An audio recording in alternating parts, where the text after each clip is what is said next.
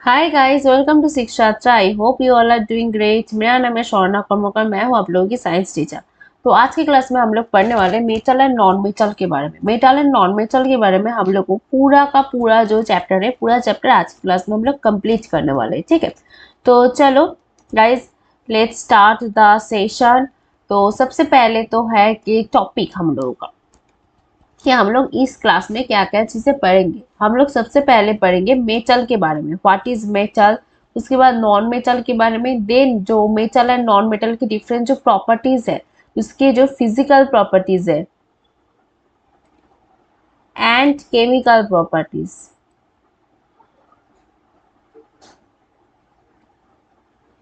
ठीक है, उसके बारे में हम पढ़ेंगे। नेक्स्ट हम लोग पढ़ेंगे occurrence of metal, ionic compound के बारे में, extraction of metal. And in सारी चीजों के लिए हमें क्या जानना जरूरी है?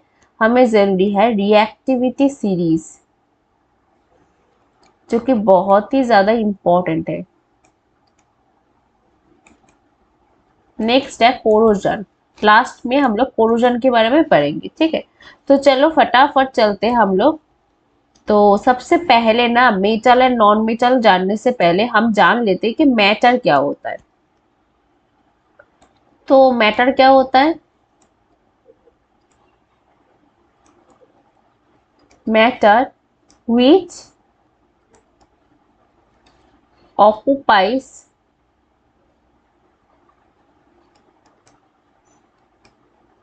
space and has mass।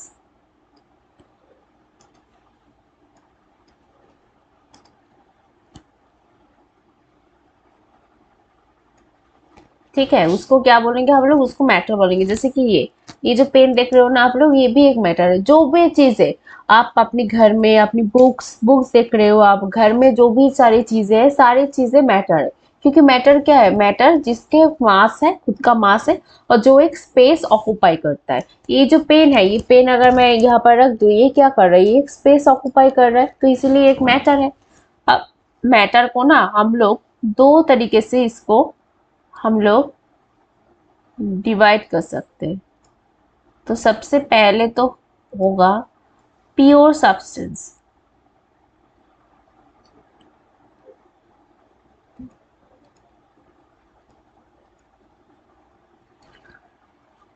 Next और एक डिवाइड कर सकते हैं हमको, हम लोग इसको मिक्सचर में। तो जो प्योर सब्सटेंस है ना, अगेन उसको हम लोग डिवाइड कर सकते हैं एक एलिमेंट पे और कंपाउंड। तो आप लोगों को क्या करना है, कमेंट बॉक्स में ना मुझे आप लोग बताओगे मिक्सचर, एलिमेंट एंड कंपाउंड की डेफिनेशंस। ये सारी डेफिनेशंस हम ऑलरेडी कर चुके हैं, आप लोग क्लास 9th स्टैंडर्ड में कर चुके हो, है ना। और कंपाउंड के बारे में तो मैंने आप लोगों को जो फिजिकल फिजिकल नहीं, जो केमिकल जो रिएक्शन वाले जो चैप्टर है, उस चैप्टर में भी मैंने आप लोगों को करवाया हुआ है। अब देखो एलिमेंट, एलिमेंट टू टाइप्स के होते हैं। टू नहीं, एक्चुअली एलिमेंट्स थ्री टाइप्स के होते हैं। एक मेटल, नॉन मेटल और मेटालॉइड।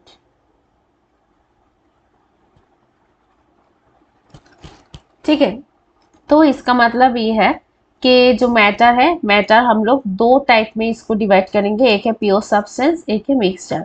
और प्योर सब्सटेंस को हम लोग एलिमेंट एंड कंपाउंड में डिवाइड करेंगे, और मिक्सचर को होमोजेनियस एंड हेट्रोजेनियस।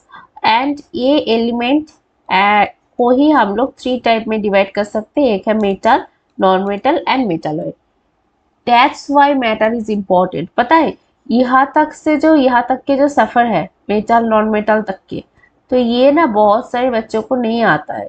तो ये जाना बहुत जरूरी है, क्योंकि कहाँ से आ रहा है, क्या पढ़ रही हो, मतलब ऐसे ना बिल्कुल हेजी हेजी सा लगता है ना, बिल्कुल क्लियर कॉन्सेप्ट रहेंगे। ये जो है ये क्रैश कोर्स है, लेकिन क्रैश कोर्स में मैं बिल्कुल बेसिक से पढ़ाऊंगी, और बिल्कुल इंपॉर्टेंट चीजें आप लोगों के एग्जाम के लिए, वो सारी चीजें हम कवर करेंगे। अब पीरियडिक टेबल, तो इसको देख के ना आप लोगों को घबराना नहीं है, क्योंकि हमें ना पीरियडिक टेबल नहीं पढ़ना है। हमें क्या पढ़ना है, हम जस्ट देखेंगे कि जो एलिमेंट्स है, एलिमेंट्स को हम लोग ऐसे करके क्या कर सकते हैं, हम लोग इसको एक टेबल करके इसको अरेंज कर सकते हैं। तो नेचुरली पता है, टोटल जो नेचुरली है, नेचुरली 118 एलिमेंट्स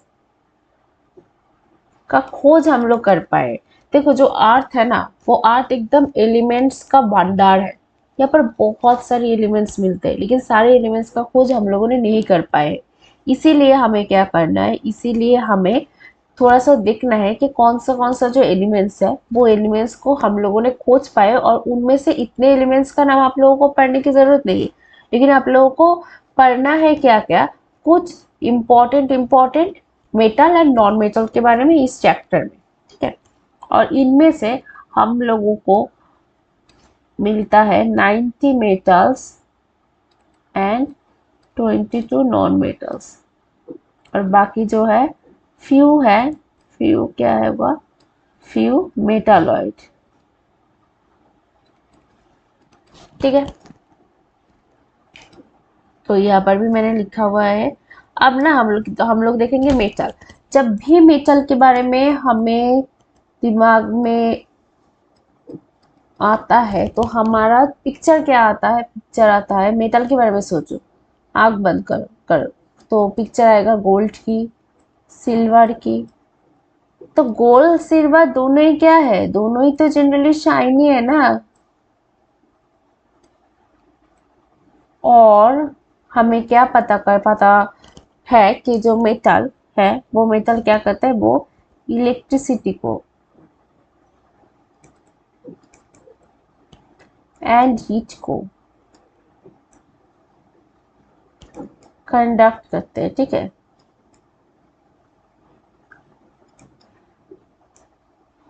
और इलेक्ट्रॉन जो है, इलेक्ट्रॉन को रिलीज करता है। अब इलेक्ट्रॉन को रिलीज करेगा तो फॉर्म क्या करेगा, फॉर्म करेगा positive ion,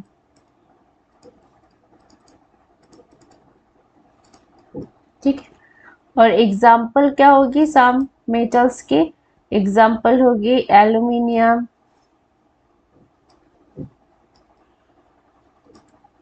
copper, gold silver तो मैंने लिखा हुआ है, iron, potassium, calcium, these all are some examples of what metal, ठीक है। तो अब देखो, अब मेटल की थोड़ा सा डेफिनेशन देख लेते हैं। डेफिनेशन है, बोर्ड एग्जाम में बहुत इंपॉर्टेंट है।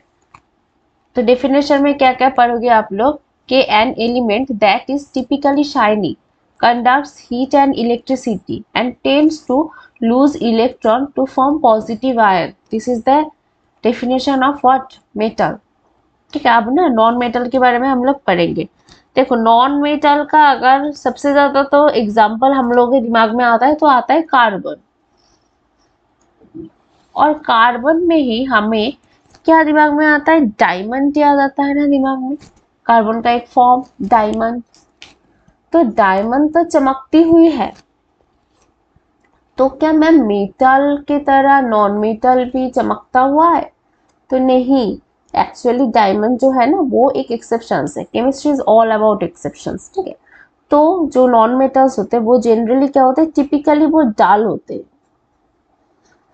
या और एक्सेप्शन यहाँ पर ही हमें क्या पता चल रहा है, एक्सेप्शन है डायमंड।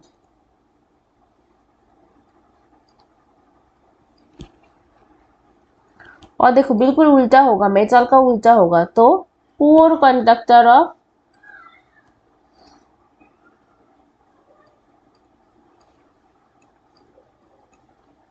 Heat and electricity.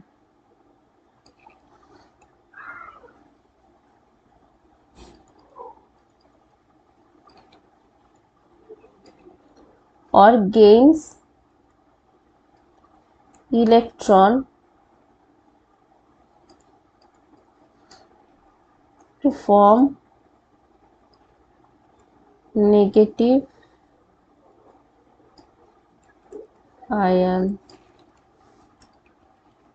तो नॉन मेटल क्या है, एक एलिमेंट है जो जनरली क्या है, जनरली है डाल, और poor conductor of heat and electricity and tends to gain electrons to form negative ions। ठीक है, ये है इसकी डेफिनेशन। अब हमें क्या पढ़ना है, अब हमें देखना है कि जो मेटल एंड नॉन मेटल का ना थोड़ा सा हम लोग देखेंगे इसकी प्रॉपर्टीज। तो इसकी ये प्रॉपर्टीज के थ्रू ही हमें क्या पता चल जाएगा, हमें पता चल जाएगा मेटल एंड नॉन मेटल की जो डिफरेंसेस होते हैं।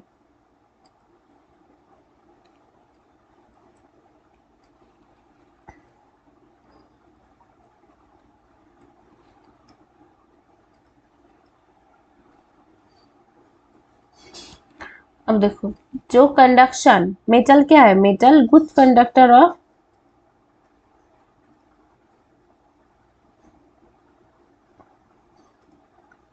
ऑफ क्या है, of heat and electricity, right.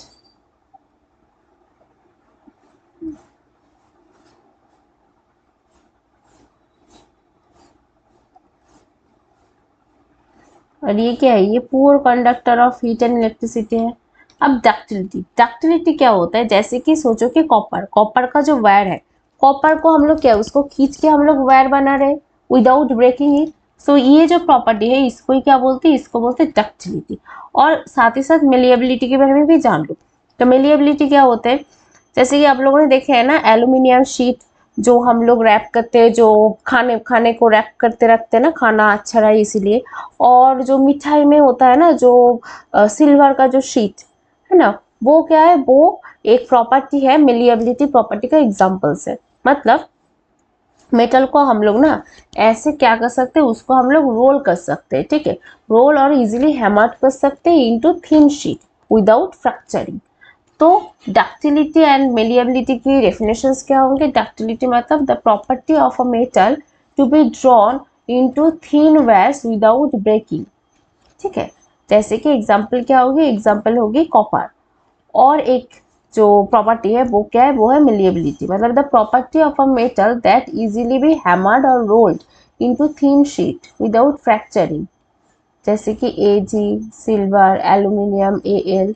ठीक है, अब नेक्स्ट, तो हमें क्या, यहाँ से हमें क्या मिला, यहाँ से हमें मिला कि जो मेटल है, मेटल क्या है, उसमें डक्टिलिटी दिखाई देता है प्रॉपर्टी, नॉन मेटल में नहीं शो होता है। और जो मेलिएबिलिटी भी मेटल में शो होता है, नॉन मेटल में नहीं शो होती। लास्ट स्टार मेटल क्या है, मेटल तो शाइनी है ना, पर नॉन मेटल क्या है, नॉन मेटल तो डाल है। लेकिन यहाँ पर ही हम लोगों ने थोड़ी देर पहले एक्सेप्शन देख लिए थे, डायमंड। ठीक है, अब सोनोरिटी, सोनोरिटी मतलब देखना कि मेटल में ना एक आवाज होती है, गोल्ड में एक आवाज होती है ना उसकी, तो उस आवाज को क्या बोलते हैं, आवाज को बोलते हैं सोनोरिटी, जो नॉन मेटल में नहीं दिखाई देता है। डेंसिटी ऑब्वियसली मेटल की जो डेंसिटी है वो हाई होगी और नॉन मेटल की लो होगी डेंसिटी। फिजिकल स्टेट, मेटल ना जनरली सॉलिड रहता है, लेकिन यहाँ पर एक एक्सेप्शंस भी है, जैसे कि मर्क्यूरी। और जो नॉन मेटल है वो क्या हो सकता है, वो सॉलिड हो सकता है, लिक्विड हो सकता है और गैसियस हो सकते हैं। ठीक है, और शाम कुछ हम लोग थोड़ा सा और प्रॉपर्टीज के बारे में देख लेते हैं।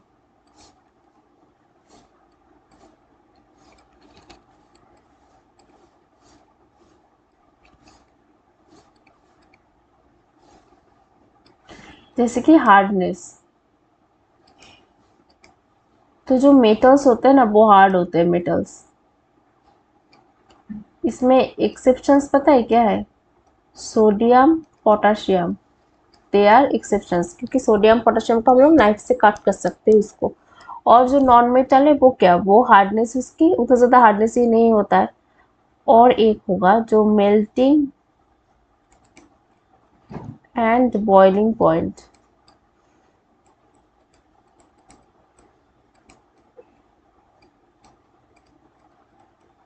तो मेल्टिंग एंड बॉइलिंग पॉइंट में क्या होगा, जो मेटल है उसकी melting and boiling point high होते हैं और नॉन मेटल की लो होते हैं मेल्टिंग एंड बॉइलिंग पॉइंट। पर यहाँ पर भी अगेन एक एक्सेप्शंस आएंगे। एक्सेप्शंस मतलब कौन सा एक्सेप्शंस, यहाँ पर एक्सेप्शंस है गैलियम।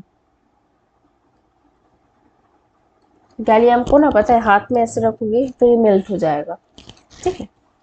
तो ये जो एक्सेप्शंस वाला चीज़ें है, ये एक्सेप्शंस वाली चीज़ें बहुत इंपॉर्टेंट है एंड ये सारी चीज़ें ना आप लोगों को याद रखने की बहुत ज़्यादा ज़रूरी है। तो ये सारी चीज़ें बहुत अच्छी तरह से आप लोग याद रखोगे, ओके।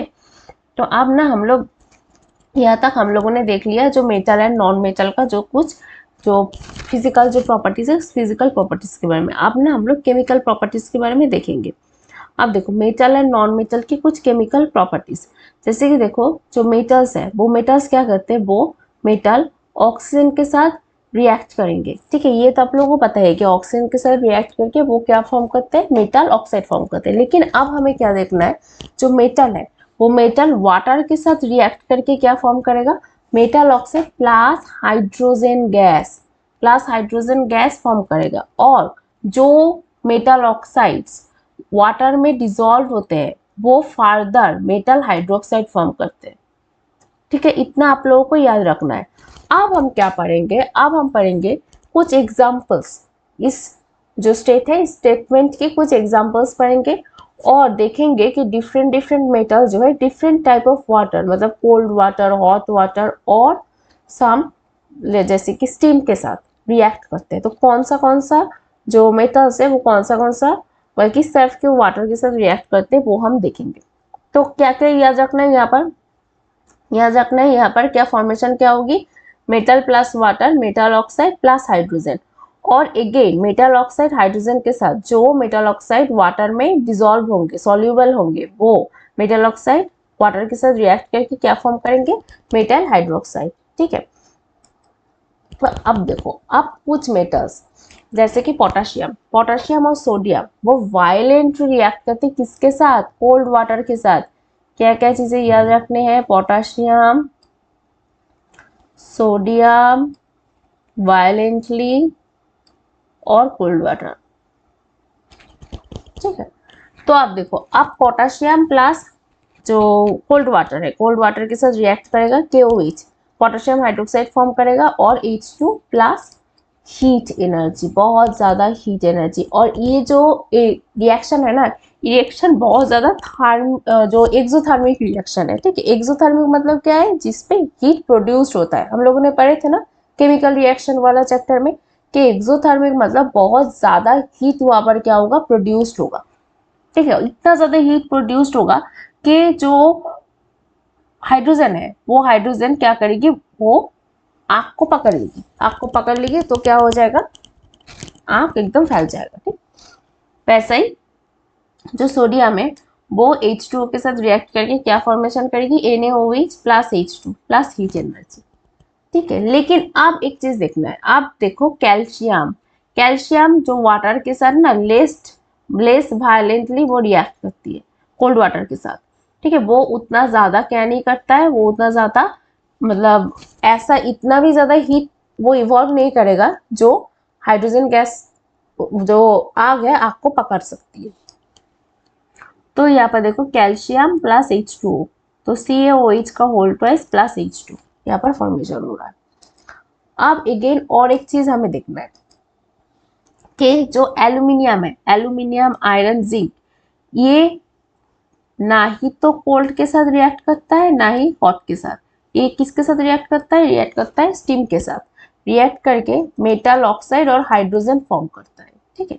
अब देखो जो Al plus H2, Al2O3 plus H2, Fe plus H2O, Fe3O4 plus H2। लेकिन जो लेड कॉपर सिल्वर है वो क्या करता है, वो वाटर के साथ ही रिएक्ट नहीं करता है। और जो मैग्नीशियम है, मैग्नीशियम क्या करता है, वो कोल्ड वाटर के साथ रिएक्ट नहीं करता है, ठीक है। ये सारी चीजें आप लोगों को याद रखने की जरूरत है।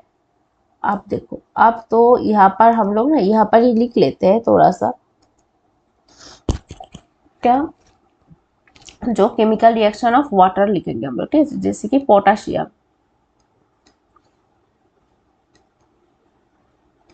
सोडियम, वो किसके साथ रिएक्ट करेगी, कोल्ड वाटर और वायलेंटली।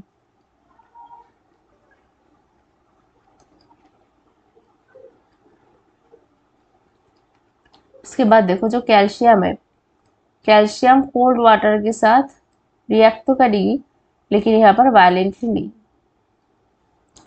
और जो एल्यूमिनियम, जिंक है, आयरन है, वो क्या करेगा, वो रिएक्ट करेगा जो स्टीम के साथ, हॉट के साथ भी नहीं करेगा, कोल्ड के साथ भी नहीं करेगा। और एमजी जो है, एमजी वो क्या नहीं करेगा, वो नहीं करेगा कोल्ड के साथ, वाटर के साथ रिएक्शन। ठीक है। और कुछ मेटल्स जैसे कि कौन सा मेटल्स है, जैसे कि लेड, कॉपर, सिल्वर, वो गोल्ड, वो वाटर के साथ रिएक्ट ही नहीं करेगा। ठीक है, चलो ये भी लिख लेते हैं यहाँ पर। तो lead, copper, silver, gold water के साथ रिएक्ट नहीं करेगा। ठीक है, तो ये ना इम्पोर्टेंट है, ये बहुत इम्पोर्टेंट है, ये आप लोगों को याद करने की बहुत ज़रूरी है। ठीक है,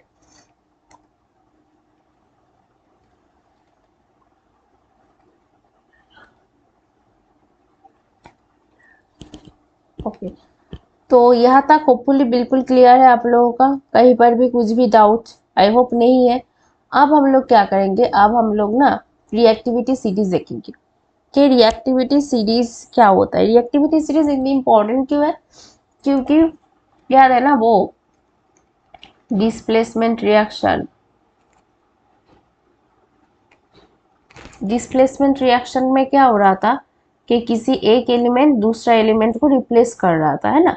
उसको जो डोमिनेंट, मैं बोल रही थी ना कि जो डोमिनेंट है मतलब जो रिएक्टिव है, ज्यादा रिएक्टिव है, वो क्या कर रहा है, जो लेस रिएक्टिव है उसको डिस्प्लेस कर रहा था, उसके जगह वो ले रहा था, है ना।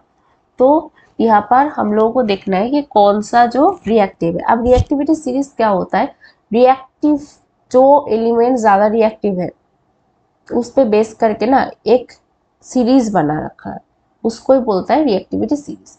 अब रिएक्टिविटी सीरीज में हम लोग जितना नीचे जाएंगे ना उतना लेस रिएक्टिव होता जाएगा। मतलब जो पहले लिखा हुआ जो एलिमेंट्स है ना, these elements are most reactive elements, जैसे कि पोटाशियम, सोडियम, कैल्शियम। ठीक है, उसके बाद है magnesium, aluminium, zinc, iron, lead, hydrogen, जो कि क्या है, जो कि एक नॉन मेटल है। उसके बाद देखो जो copper, mercury, silver and gold, ये पूरा चीज एकदम मुंह जुबानी याद होनी चाहिए। अब मैम इतना ही याद कैसे करेंगे, हम लोग तो इतना याद नहीं कर सकते, तो इसके लिए है ट्रिक। तो ये ट्रिक क्या है, ट्रिक देखना है, क्या क्या चीजें देखना है। देखो यहाँ पर जो एलिमेंट्स है ना, वो एलिमेंट्स का पहला जो लेटर है, पहले लेटर को आप लोगों को देखना है, फर्स्ट लेटर को हमेशा। अब मैं एक लाइन लिखती हूँ, please stop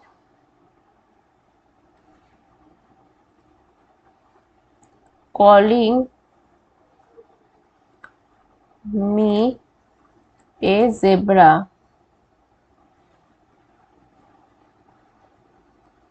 I like her calling me silver goat.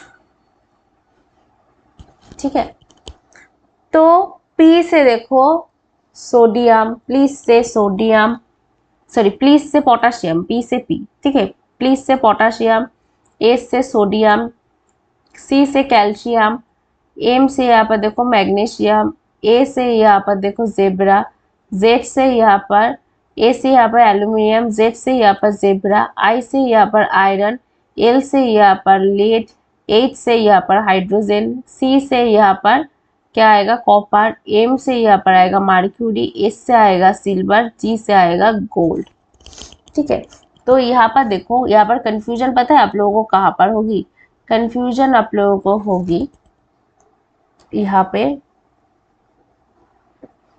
जो ये वाला, ये हो गया please stop calling me A zebra, I like her calling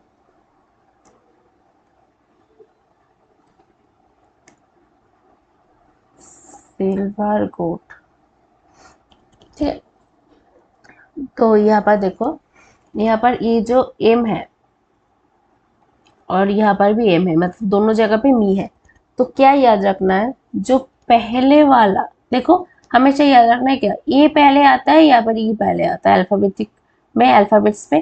तो ए पहले आता है ना, तो अल्फाबेटिक ऑर्डर में ए पहले आता है, तो इसीलिए ये जो है मी जो है ये मैग्नीशियम है, और जो सेकेंड वाला है वो मर्क्यूरी है।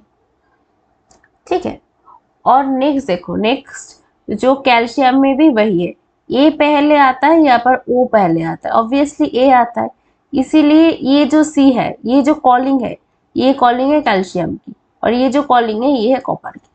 ठीक है, तो ऐसे करके आप लोगों को याद रखने हैं। तो ये याद रखना है क्या, please stop calling me a zebra, I like her calling me silver go. ठीक है, और जितना यहाँ से यहाँ तक जाएंगे तो इतना क्या होगी, उतना होगी जो रिएक्टिविटी सीरीज में, उतना रिएक्टिव कम होती जाएगी। अब यहाँ पर देखो, यहाँ से हमें क्या पता चल रहा है, यहाँ से हमें एक चीज पता चल रहा है कि जो मोस्ट रिएक्टिव है, यहाँ पर लिख देती हूँ, तो मोस्ट रिएक्टिव क्या है, मोस्ट रिएक्टिव है पोटेशियम सोडियम, और लीस्ट रिएक्टिव क्या है, लीस्ट रिएक्टिव होगा सिल्वर एंड गोल्ड। ठीक है, अब देखो, अब ना हम लोग थोड़ा सा और पढ़ते हैं कि जो मेटल है, मेटल को हम लोगों को तो पता है ना कि मेटल को अगर हम लोग ऑक्सीजन के साथ रिएक्ट करेंगे तो हमें क्या मिलेगा, हमें मिलेगा मेटल ऑक्साइड ना। तो मेटल मेटल ऑक्साइड का इसका नेचर क्या होगा, इसका नेचर होगा बेसिक ना। Metal oxides are in generally, okay, metal oxides are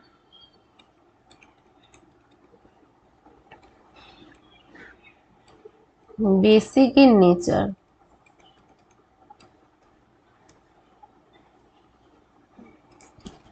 या अब हम लोग कुछ मेटल ऑक्साइड्स के बारे में देख लेते हैं, जो metal oxides both basic and acidic characteristic show करता है, जैसे कि aluminium oxide and zinc oxide, ये दोनों बोथ बेसिक एंड एसिडिक जो कैरेक्टरिस्टिक्स है वो शो करता है। मतलब क्या, मतलब जो aluminium oxide and zinc oxide both acid and base के साथ रिएक्शन करने के बाद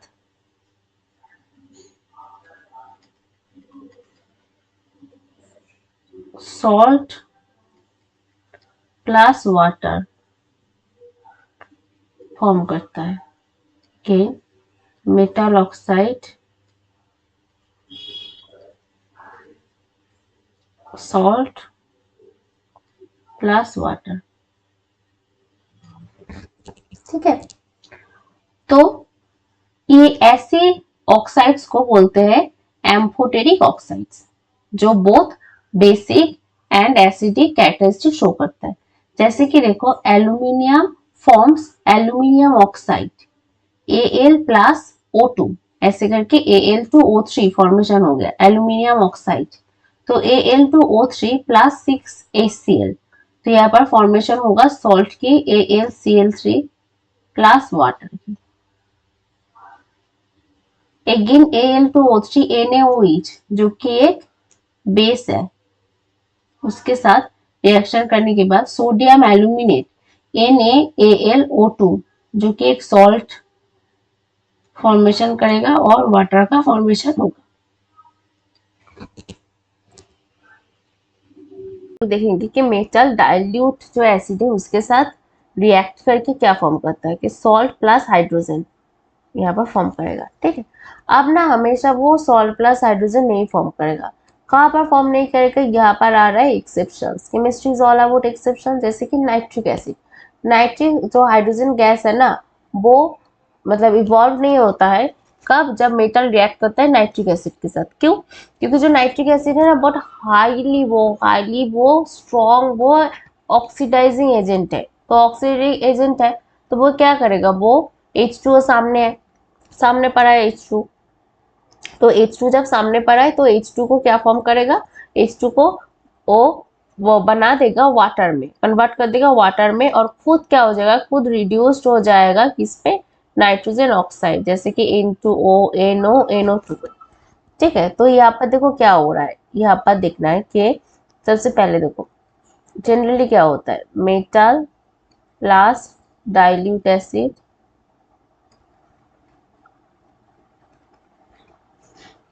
सॉल्ट प्लस हाइड्रोजन। ठीक है, अब यहाँ पर HNO3 जो है वो बहुत ज्यादा क्या है, स्ट्रॉन्ग ऑक्सीडाइजिंग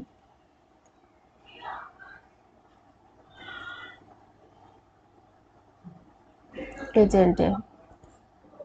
वो उसके सामने क्या मिल रहा है, यहाँ पर देखो H2 मिल रहा है, H2 को वो पकड़ लेगा और उसको क्या बना देगा, उसको H2O में कन्वर्ट कर देगा। ऑक्सीडाइज तो है ना, ऑक्सीडाइजिंग एजेंट है तो ऑक्सीडाइज कर देगा यहाँ पर, और खुद क्या हो जाएगा, खुद जो है वो रिड्यूस्ड होके वो क्या फॉर्म करेगा, वो N2O और NO और NO2 फॉर्म करेगा।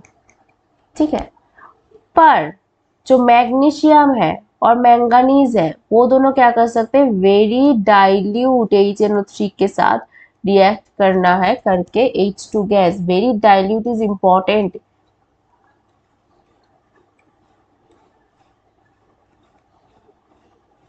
ठीक है, क्लियर है यहाँ तक? अब देखो, अब हमें क्या पढ़ना है, अब हमें पढ़ना है कि जब मेटल एंड नॉन मेटल के साथ हम लोग रिएक्ट करेंगे ना, तो पता है क्या फॉर्मेशन होगी, फॉर्मेशन होगी एक कंपाउंड की, जो कहलाता है क्या, आयनिक कंपाउंड। आयनिक कंपाउंड क्यों कहलाता है, क्योंकि इसकी कुछ प्रॉपर्टीज ऐसे हैं जिसके थ्रू इसको हम लोग आयनिक कंपाउंड बोलते हैं। क्यों बोलते हैं ये चीज अभी आप लोगों को पता चल जाएगा। तो देखो, तो यहाँ पर सबसे पहले तो ये चीज लिख लेते हैं, मेटल प्लस नॉन मेटल,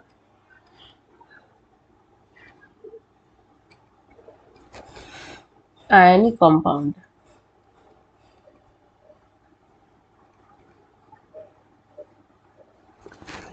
अब देखो मेटल में क्या आएगा, मेटल में आएगा Na और Cl, तो फॉर्मेशन क्या होगी, NaCl की। अब देखो Na के पास टोटल नंबर ऑफ इलेक्ट्रॉन्स कितनी है, 11 इलेक्ट्रॉन्स है इसके पास, और क्लोरीन के पास क्या कितनी है, 17 इलेक्ट्रॉन्स है।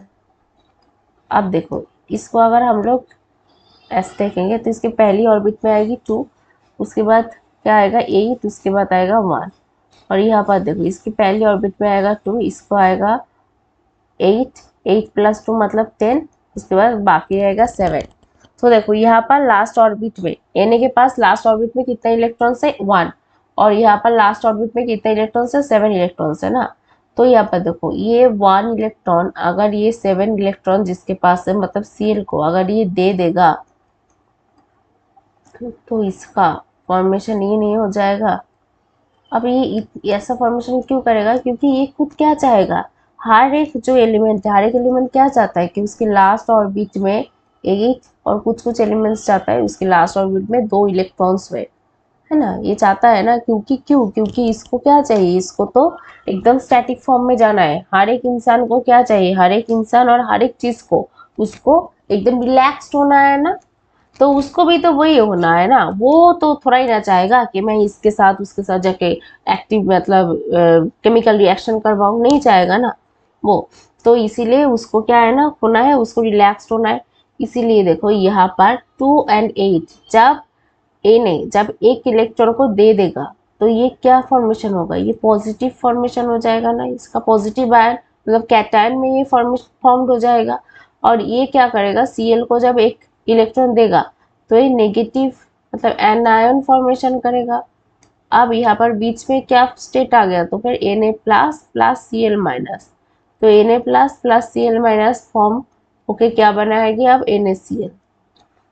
NaCl मतलब जो आयनिक कंपाउंड है, इसीलिए इसको आयनिक कंपाउंड बोलते हैं, क्योंकि यहाँ पर देखो आयन फॉर्मेशन हो रहा है, दोनों में आयन फॉर्मेशन होने के बाद क्या हो रहा है यहाँ पर जो बॉन्डिंग हो रहा है ना, इलेक्ट्रोस्टैटिक बॉन्डिंग हो रहा है यहाँ पर, तो इसीलिए इसको क्या बोलेंगे, इसको बोलते हैं आयनिक कंपाउंड। ठीक है, तो आयनिक कंपाउंड ऐसे मतलब एक जन इलेक्ट्रॉन डोनेट करेगा दूसरे जन को, जो इलेक्ट्रॉन डोनेट करेगा वो दानवीर बनेगा, उसकी लाइफ में पॉजिटिविटी पॉजिटिविटी फॉर्मेशन हो जाएगा, इसीलिए उसका जो आयन है, उसका जो चार्ज है वो चार्ज प्लस हो जाएगा। ठीक है, और जो आयन को लेगा, इलेक्ट्रॉन को लेगा, वो नेगेटिव हो जाएगा, नेगेटिव पॉजिटिव मिला के NaCl फॉर्म हो गई। ठीक है, क्लियर, एकदम एकदम से इजी चीज है ये, बिल्कुल क्लियर होने चाहिए। अब ना हम लोग थोड़ा सा देख लेते हैं क्या कि जो आयनिक कंपाउंड हम लोगों ने पढ़े हैं ना, उस आयनिक कंपाउंड की थोड़ा सा प्रॉपर्टीज हम लोग देख लेंगे। तो प्रॉपर्टीज क्या होगी, सबसे पहले तो है फिजिकल जो नेचर, तो आयनिक कंपाउंड जो है ना वो सॉलिड होते हैं। सॉलिड क्यों होगा, क्योंकि जो इलेक्ट्रोस्टैटिक बॉन्ड है ना, मतलब देखो Na प्लस हो रहा है और Cl माइनस हो रहा है, तो इन दोनों में पता है कितना ज्यादा, सोचो कि स्ट्रॉन्ग बॉन्ड्स है, दोनों आयन में कितना स्ट्रॉन्ग बॉन्डिंग है, तो इसीलिए ये क्या होगा, ये एक सॉलिड फॉर्म होगा। क्यों, क्योंकि पार्टिकल्स में बहुत ज्यादा जब बॉन्डिंग होगा तभी तो पार्टिकल्स एक दूसरे के साथ साथ ऐसे ऐसे ऐसे ऐसे बॉन्ड करके फॉर्म करके एक सॉलिड फॉर्मेशन करेगी ना। ये चीज आप लोग क्लास 9 में पढ़े हो। ठीक है, तो आप देखो ये सॉलिड होगा क्योंकि दोनों में क्या होगा, बहुत ज्यादा इलेक्ट्रोस्टैटिक फोर्स होगा। और क्या होगा, और देखो जब ये सॉलिड है, बहुत पार्टिकल्स में बहुत ज्यादा फोर्स है, अट्रैक्शन फोर्स है, तो इसको ब्रेक करने में क्या होगा, बहुत ज्यादा प्रेशर की जरूरत होगा, बहुत प्रेशर होगा जरूरत, नीड्स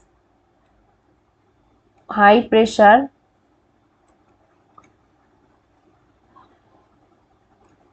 टू ब्रेक,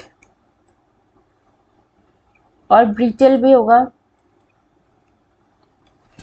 अब देखो melting point, boiling point and solubility. तो मेल्टिंग पॉइंट क्या हो जाएगा, मेल्टिंग पॉइंट इसका हाई होगा जब अट्रैक्शन पार्टिकल में, जब अट्रैक्शन फोर्स से ज्यादा है, तो ऑब्वियसली इसको मेल्ट करने के लिए ज्यादा क्या, ज्यादा हीट की जरूरत होगी, ज्यादा टेम्परेचर की जरूरत होगी, बॉयल करने के लिए ज्यादा हीट की जरूरत होगी, ज्यादा टेम्परेचर की जरूरत होगी, तो इसीलिए क्या हो जाएगा, इसकी boiling point and melting point भी हाई होगा। और सॉल्यूबल क्या हो जाएगा, ये जो आयनिक कंपाउंड्स है ना, ये वाटर में सॉल्यूबल होते हैं। और कुछ मैंने मतलब कुछ ऐसे कुछ सॉल्वेंट्स होते हैं जैसे कि केरोसिन, दिस ऑर्गेनिक सॉल्वेंट्स होते हैं, जिसमें ये क्या होते हैं, ये इनसॉल्युबल होते हैं। और जो कंडक्शन ऑफ इलेक्ट्रिसिटी, तो ये एक इम्पोर्टेंस है, ये ऐसे सवाल आता है, जो मोल्टेन फॉर्म में है ना, मोल्टेन फॉर्म में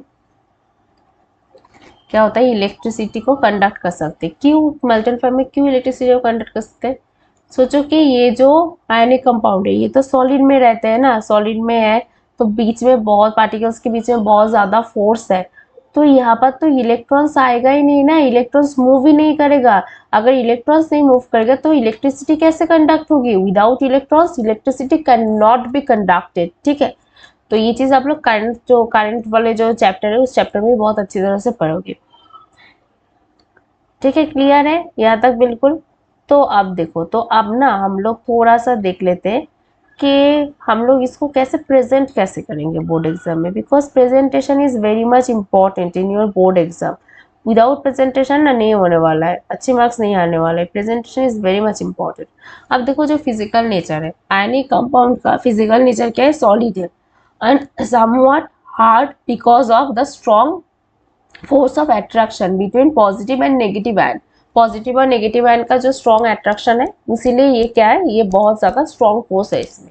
अब this compounds are generally brittle and break into pieces when the pressure applied. बहुत ज्यादा प्रेशर के अप्लाई करने की जरूरत है यहाँ पर।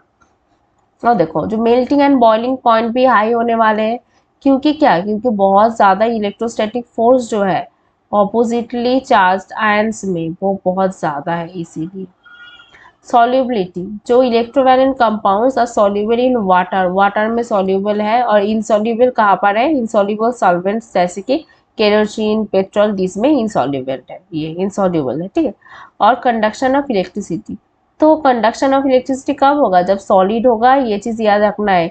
सॉलिड होगा तो इलेक्ट्रिसिटी कंडक्ट नहीं होने वाला है। जब मोल्टेन होगा तब भी क्या होगा? तब भी इलेक्ट्रिसिटी कंडक्ट होगा, क्योंकि विदाउट इलेक्ट्रिसिटी, क्योंकि मोल्टेन अगर नहीं होगा तो क्या हो जाएगा? तो मोल्टेन, जब मोल्टेन होगा तब जो इलेक्ट्रोस्टैटिक जो फोर्सेस है of the attraction between oppositely charged ions are overcome due to heat.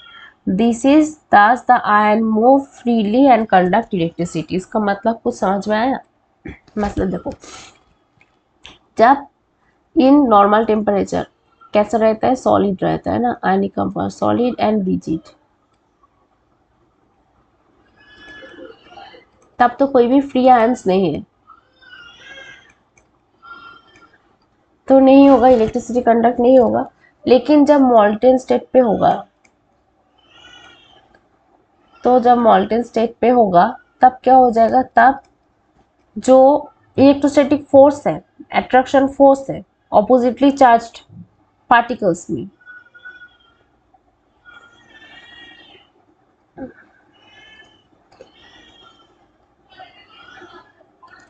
ठीक है, वो क्या हो जाएगा? वो इजीली उसको ओवरकम करेगी, कौन? हीट। तो इसीलिए क्या हो जाएगा? यहाँ पर फ्री आयंस होगा। तो फ्री आयंस क्या करेगा? वो इलेक्ट्रिसिटी को कंडक्ट करेगा। ठीक है, क्लियर है यहाँ तक? बिल्कुल क्लियर होना चाहिए यहाँ तक, कोई भी चीज़ें डाउट नहीं है, आई होप। तो ये ना एक बहुत इंपॉर्टेंट क्वेश्चन बन जाता है ये क्वेश्चन, कि मोल्टेन स्टेट पे क्यों ये इलेक्ट्रिसिटी को कंडक्ट करेगा लेकिन वैसे क्यों नहीं करेगा। अब देखो, इतना तक तो हो गया केमिकल एंड फिजिकल जो प्रॉपर्टीज है of metal and non metal. अब हम लोग क्या पढ़ेंगे? अब हम लोग ना पढ़ेंगे कि मेटलर्जी के बारे में।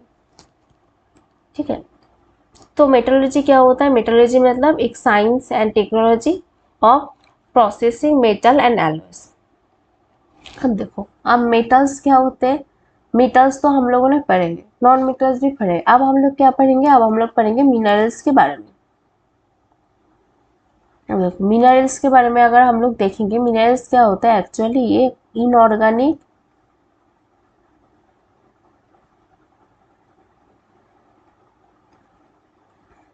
सब्सटेंसेस है,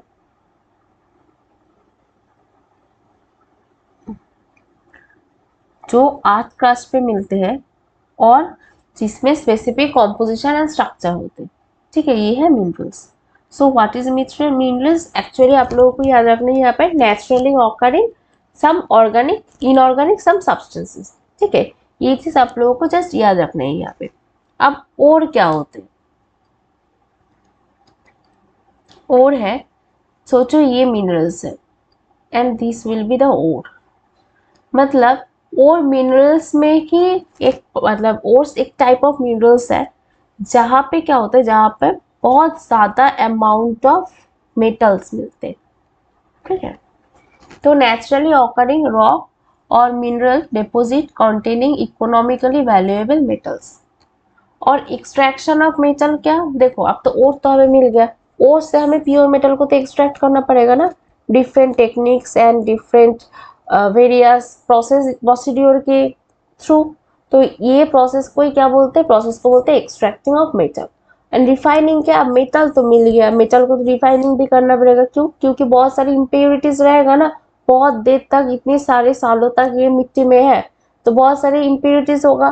तो इसीलिए क्या हो जाएगा? इसीलिए इसको एक्सट्रैक्ट करने के लिए, हमें जो इम्प्योरिटीज रिमूव करने के लिए जो प्रोसीड्यूर है, उसको क्या बोलेंगे हम लोग? उसको बोलेंगे हम लोग रिफाइनिंग ऑफ मेटल। ठीक है, क्लियर है? अब हमें क्या पढ़ना है? अब हमें पढ़ना है कि एक्सट्रैक्शन ऑफ मेटल, इसके बारे में अब हमें पढ़ना है। ओके, अब देखो, जब एक्सक्रीशन ऑफ मेटल के बारे में हम पढ़ेंगे ना, तो हमें क्या चीजें याद रखनी है पता है? हमें वो रिएक्टिविटी सीरीज के बारे में याद रखना है। तो चलो, रिएक्टिविटी सीरीज में सबसे पहले से देख लेते हैं कि सबसे ज्यादा हाईली रिएक्टिव्स क्या क्या थे। हाईली रिएक्टिव्स थे जो पोटाशियम, सोडियम, है ना, कैल्शियम, और सम एलिमेंट्स ऐसे भी थे जो कहाँ पर थे? जो मीडियम्स स्टेट पे थे, है ना, मीडियम पे थे। जैसे कि यहाँ पर चलो रिएक्टिविटी सीरीज ही देख लेते हैं हम, अच्छा हो जाएगा ना। तो देखो यहाँ पर ये सारे जो एलिमेंट्स जो ऊपर है, ऊपर वाले क्या है, ऊपर वाले जो सारे हैं वो है जो most reactive, highly reactive.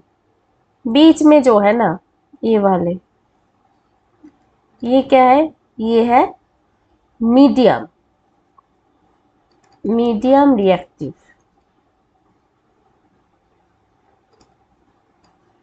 And ये जो है ना ये है लीस्ट रिएक्टिव, ठीक है।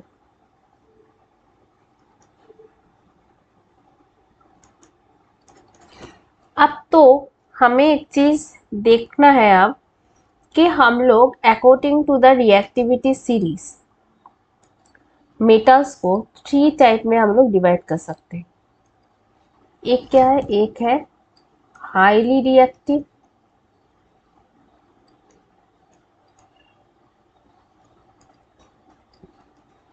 और दूसरा क्या है, दूसरा है मीडियम रिएक्टिव।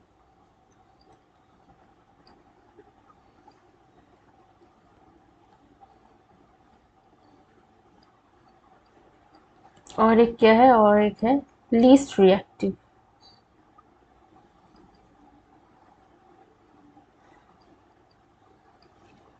अब हाईली रिएक्टिव में क्या होगा, हाईली रिएक्टिव जो एलिमेंट्स हैं उसको हम लोग कैसे एक्सट्रैक्ट करेंगे, उसको एक्सट्रैक्ट हम लोग करेंगे with the help of electricity बा इलेक्ट्रोलाइसिस,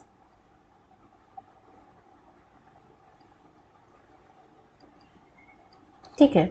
और जो मीडियम रिएक्टिव है ना उसको हम लोग दो तरीके से कर सकते हैं, एक है कैल्सिनेशन और एक है रोस्टिंग, ठीक है। कैल्सिनेशन एंड क्या है, एंड है रोस्टिंग। अब देखो इसको अच्छे से लिख लेते हैं। अब देखो ये जो कैल्सिनेशन है रोस्टिंग है ना, ये डिपेंड कर रहा है कि जो ओर है वो ओर कैसा है, इसके बारे में हम पढ़ेंगे, ठीक है, अच्छे से। जो चार्ट मैंने थोड़ी देर पहले आप लोगों को दिखाई थी वो चार्ट में हम लोग पूरा पढ़ेंगे। इसके बाद हम लोग क्या करेंगे, हम लोग रिड्यूसिंग करेंगे। रिड्यूसिंग करने के बाद हम लोग मेटल को हमें मिल जाएगा, मेटल मिल जाएगा। जो लिस्ट रिएक्टिव होगा ना उसको हम लोग रोस्टिंग से करेंगे, रोस्टिंग प्रोसेस से करेंगे। तो ये चीजें थोड़ा सा दिमाग में रखो, आप दिमाग में रख के आप चलो चलते हैं हम लोग उस चार्ट पे, तो समझने में आसानी होगी। अब देखो जो मेटल्स ऑफ हाई रिएक्टिविटी उसको हम लोग इलेक्ट्रोलिसिस करेंगे मोल्टेन। थोड़ी देर पहले हम लोगों ने पढ़े कि जो मोल्टेन स्टेट है, मोल्टेन स्टेट में हम लोग इलेक्ट्रोलिसिस कर सकते हैं। क्यों, क्योंकि इलेक्ट्रोलिसिस में क्या होता है, इलेक्ट्रिसिटी की जो इलेक्ट्रिसिटी पास करते हैं, तो इलेक्ट्रिसिटी को कंडक्ट करना पड़ेगा ना, इसको इसको इलेक्ट्रिसिटी को पास करवाना पड़ेगा, तभी तो इलेक्ट्रोलाइसिस प्रोसेस हो पाएगा, तभी तो हम लोग जो मेटल है उस मेटल को, प्योर मेटल को हम लोग एक्सट्रैक्ट कर पाएंगे। उसके बाद हमें क्या मिलेगा, प्योर मेटल मिल जाएगा। इजी एकदम प्रोसेस है एंड बेस्ट है, इजी एंड बेस्ट प्रोसेस है। अब देखो next, metal of medium reactivity. जो मीडियम रिएक्टिविटी मेटल्स है वो मेटल्स को क्या करेंगे हम लोग, उसको हम लोग दो तरीके से और हमें मिल सकते हैं, एक मिल सकता है कार्बोनेट और एक मिल सकता है सल्फाइड और। अब जो कैल्सिनेशन के बारे में जो हम लोगों ने पढ़े थे वो हम किस पे करेंगे, हम कार्बोनेट जो ओर है उसमें हम लोग कैल्सिनेशन करेंगे, और जो सल्फाइड ओर है उस पर हम लोग रोस्टिंग करेंगे। रोस्टिंग करने के बाद हमें क्या मिलेगा, ये दो प्रोसीड्यूर के बाद हमें मिलेगा ऑक्साइड ऑफ मेटल। उसके बाद हमें क्या करना पड़ेगा, उसका रिडक्शन करना पड़ेगा, हमें मिल जाएगा प्यूरिफिकेशन। हम प्यूरिफिकेशन करेंगे, उसके बाद हमें क्या करना पड़ेगा, हमें करना पड़ेगा प्योर मेटल को यहाँ से निकालना पड़ेगा हमें। अब मेटल ऑफ लीस्ट रिएक्टिविटी वो हमेशा सल्फाइड ओर में ही मिलेंगे, उसको हम लोगों को रोस्टिंग करना पड़ेगा, मेटल उससे मिलेगा, उससे प्यूरिफिकेशन हम करेंगे। तो हमें इससे क्या मतलब, इससे क्या मिला, इससे एक चीज हमें मिला कि हमें तो अच्छी तरह से कैल्सिनेशन एंड रोस्टिंग के बारे में पढ़ना चाहिए दोनों के लिए। तो चलो सबसे पहले तो ये दोनों पढ़ लेते हैं हम लोग कि कैल्सिनेशन क्या होता है। कैल्सिनेशन हमेशा जो कार्बोनेट जो ओर है उस कार्बोनेट ओर में होता है।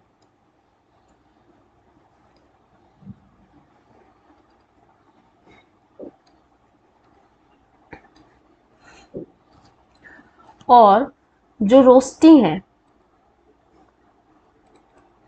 वो होता है सल्फाइड में।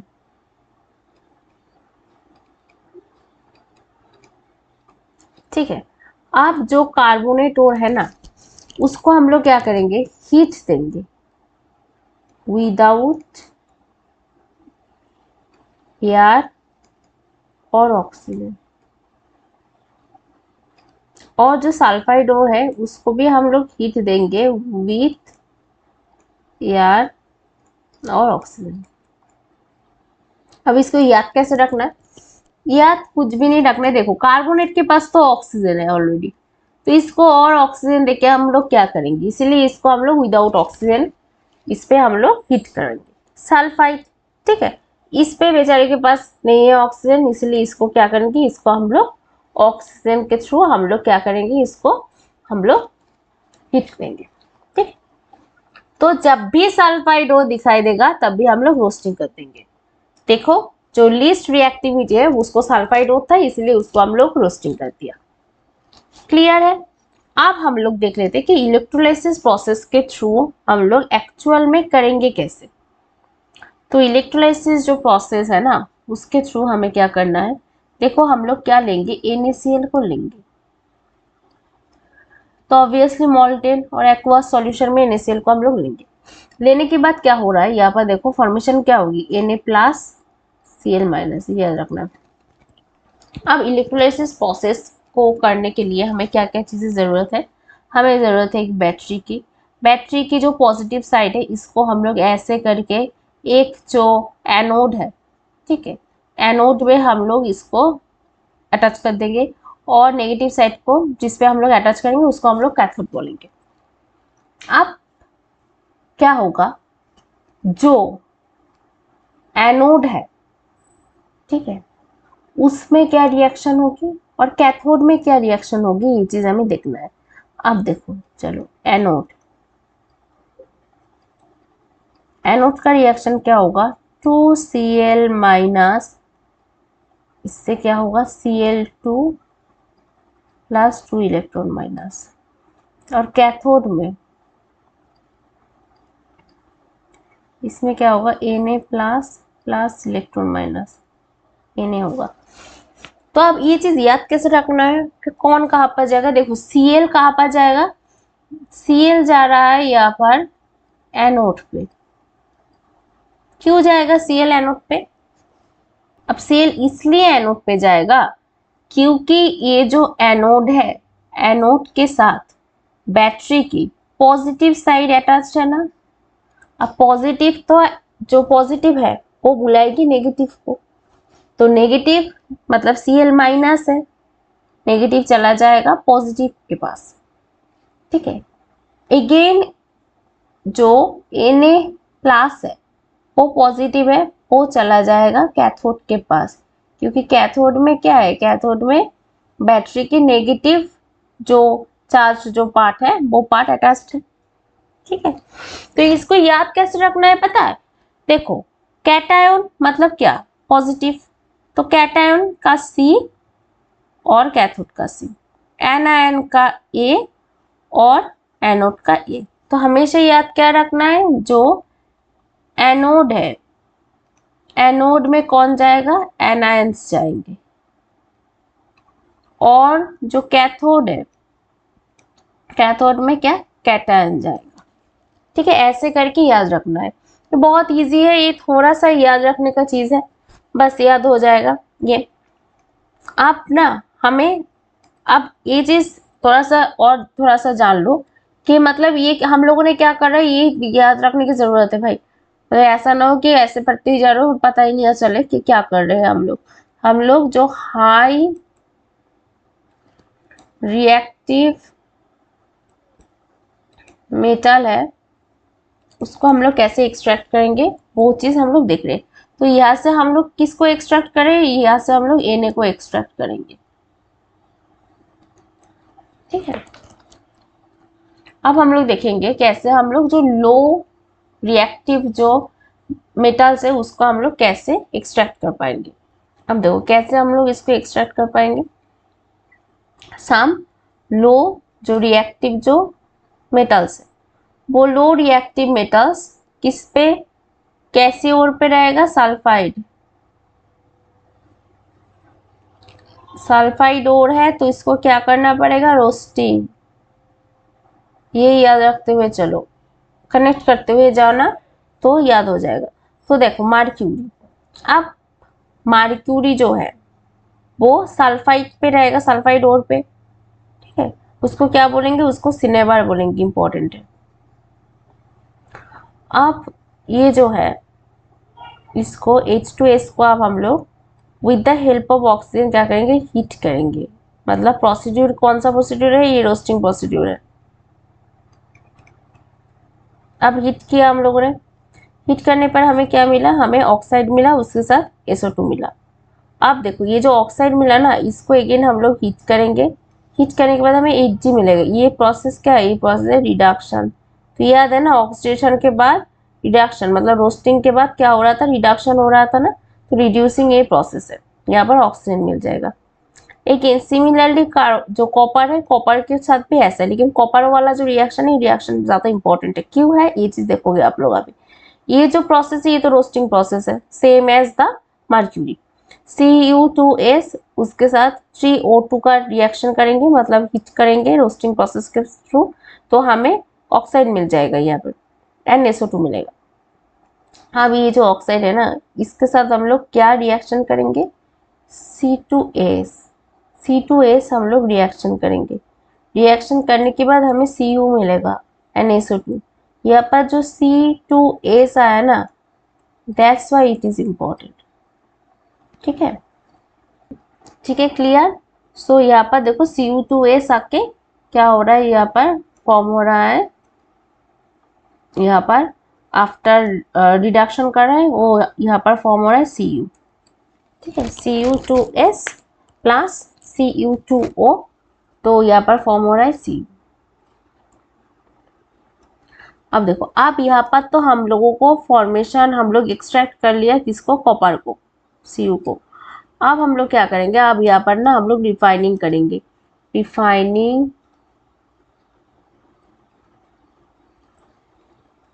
With electrolysis. इलेक्ट्रोलाइसिस प्रोसेस के थ्रू हम लोग क्या करेंगे, अब रिफाइनिंग करेंगे। अगेन हम एक बैटरी को लेंगे, बैटरी के जिसके साथ हम लोग नेगेटिव को अटैच कर देंगे, नेगेटिव पार्ट को हम लोग अटैच कर देंगे, नेगेटिवली चार्ज। तो वो क्या हो जाएगा, नेगेटिव मतलब क्या, मतलब कैथोड,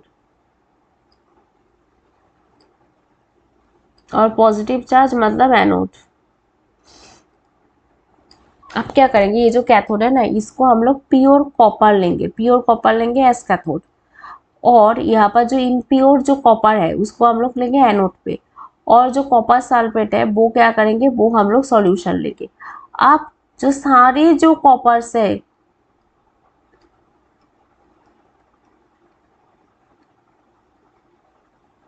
सारे कॉपर्स आ जाएंगे कहाँ पर, प्योर कॉपर एज कैथोड पे आके, यहाँ पर आके कॉपर्स जो है वो कॉपर्स यहाँ पर आके अटैच हो जाएंगे। ठीक है,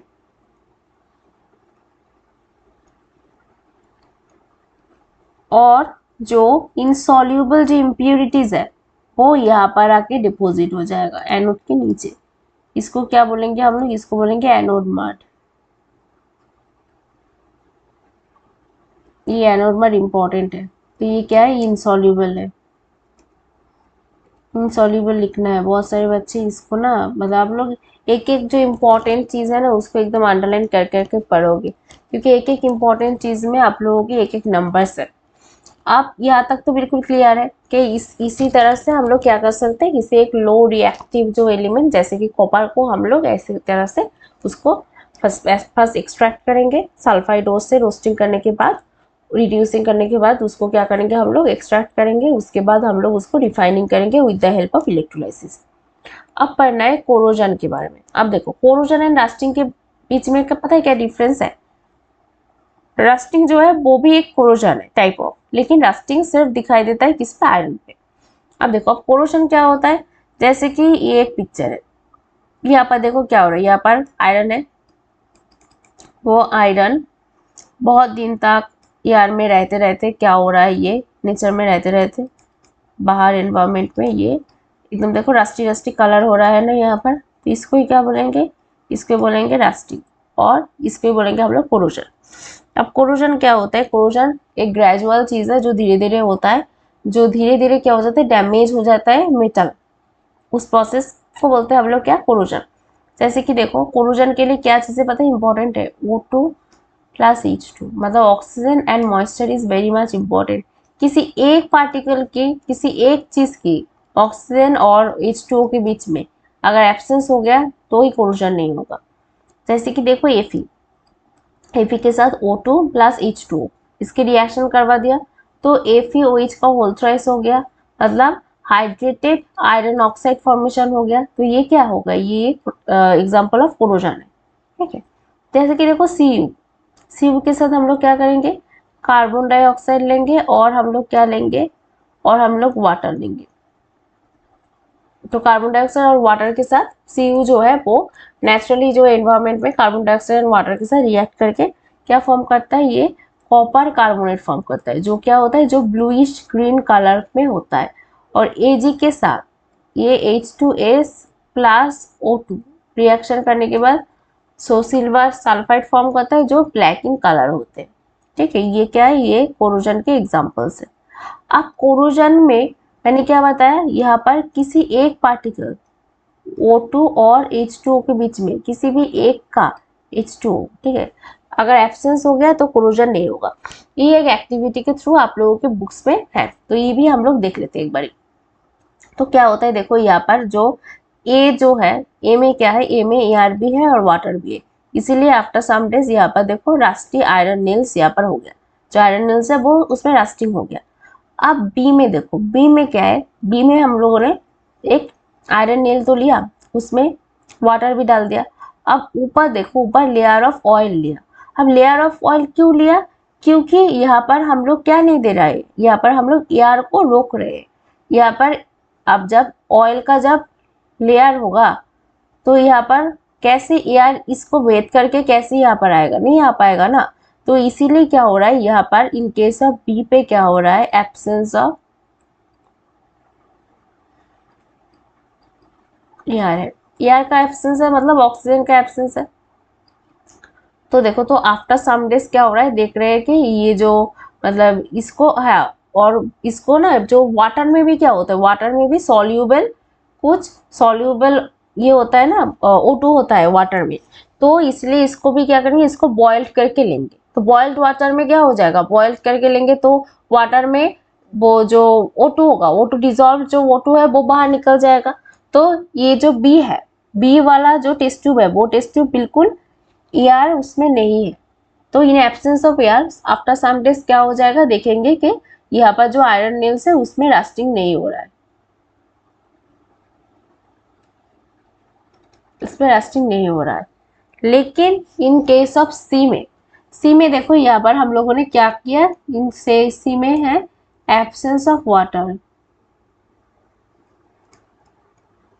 जब एब्सेंस ऑफ वाटर है और यहाँ पर सिर्फ क्या है, सिर्फ ड्राई एयर है, और यहाँ पर हम लोगों ने क्या ऐड कर दिया, कुछ ड्राइंग एजेंट भी ऐड कर दिया, ताकि यहाँ पर अगर टेस्ट ट्यूब में अगर कोई भी मॉइस्चर हो वो भी हम लोग क्या कर सकते हैं, ड्राई कर लेंगे, उसको भी हम लोग टेक ऑफ कर लेंगे। तो क्या हम लोग ऐड करेंगे, एनहाइड्रस कैल्शियम क्लोराइड, ठीक है,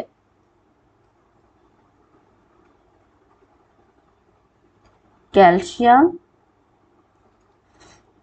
क्लोराइड। तो इसको अगर ऐड कर देंगे तो क्या हो जाएगा, तो यहाँ पर एब्सेंस ऑफ वाटर हो जाएगा। तो आफ्टर सम डेज यहाँ पर भी हम लोग क्या देखेंगे, यहाँ पर भी कोई भी जंग नहीं लगा है, ठीक है।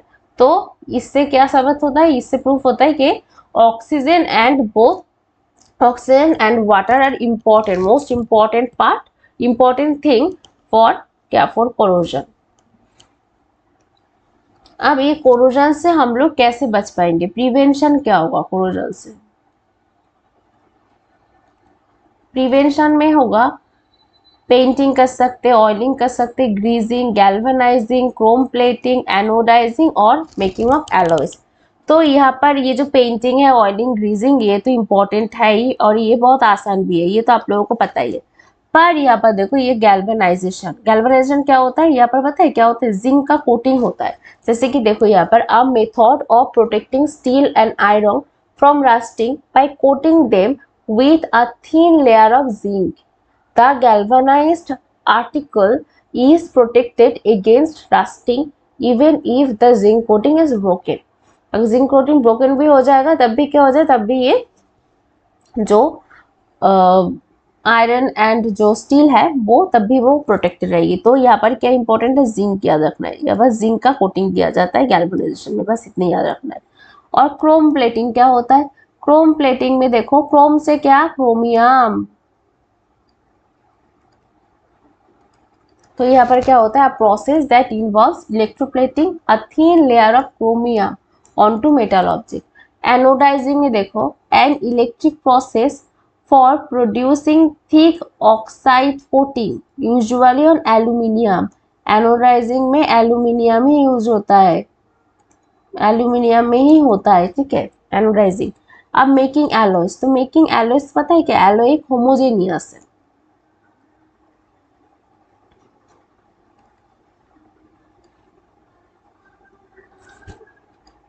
होमोजेनियस पार्टिकल है ये,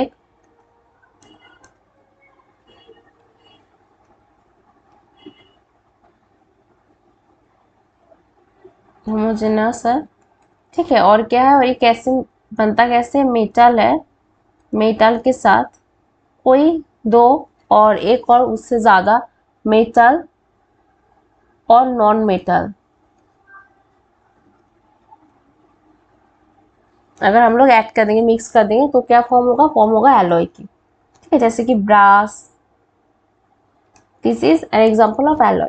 तो एलॉय क्या होता है, एलॉय में अच्छा सारी क्वालिटीज होते हैं, जैसे कि रस्टिंग क्वालिटी एलॉय में नहीं होते, ठीक है। तो रस्ट नहीं होते एलॉय, तो एलॉइंग करना भी एक क्या है, एक प्रोसेस है, जिस प्रोसेस के थ्रू हम रस्टिंग और हम लोग कोरोजन को प्रिवेंट कर सकते हैं। तो ये जो पूरा चैप्टर है, ये चैप्टर यहीं तक है। होपफुली ये चैप्टर बिल्कुल क्लियर है आप लोगों को, एकदम easily with some short time मैंने आप लोगों को पूरा चैप्टर करवा दिया, एकदम बेसिक से, ऐसा नहीं कोई जल्दबाजी भी नहीं हुई है। तो होपफुली बिल्कुल क्लियर है आप लोगों को। अगर कहीं पर भी कुछ भी डाउट है then just feel free to ask me. बेटा बहुत तबीयत खराब है लेकिन फिर भी मैं आप लोगों की क्लास ले रही हूँ, तो प्लीज़ इसको लाइक करना है आप लोगों को, शेयर करना है अपने दोस्तों के साथ और चैनल को सब्सक्राइब करना है। तब तक के लिए अच्छे से पढ़ते रहना है, लिखते रहना है। केमिस्ट्री अगर नहीं लिखोगे ना, ऐसा होता है कि केमिस्ट्री हम पढ़ रहे लेकिन हम लोग नहीं लिख रहे, तो हम लोगों को ना ऐसा लगता है कि इट्स ओके, ये चैप्टर तो मेरा बिल्कुल क्लियर हो गया, मैं तो बिल्कुल एग्जाम में 4 के आऊंगी। लेकिन ऐसा नहीं होता है, आप लोग भूल जाओगे अगर नहीं लिखोगे तो लिखना बहुत इंपॉर्टेंट है, लिखना है, हाँ, केमिस्ट्री के लिए बहुत अच्छी तरह से लिखना है। तो अच्छे से लिखते हुए रहना है, अच्छे से पढ़ते हुए रहना है और एंजॉय करना है लाइफ में, ये सबसे ज़्यादा इम्पोर्टेंट। तो bye bye, take care all of you, Tata.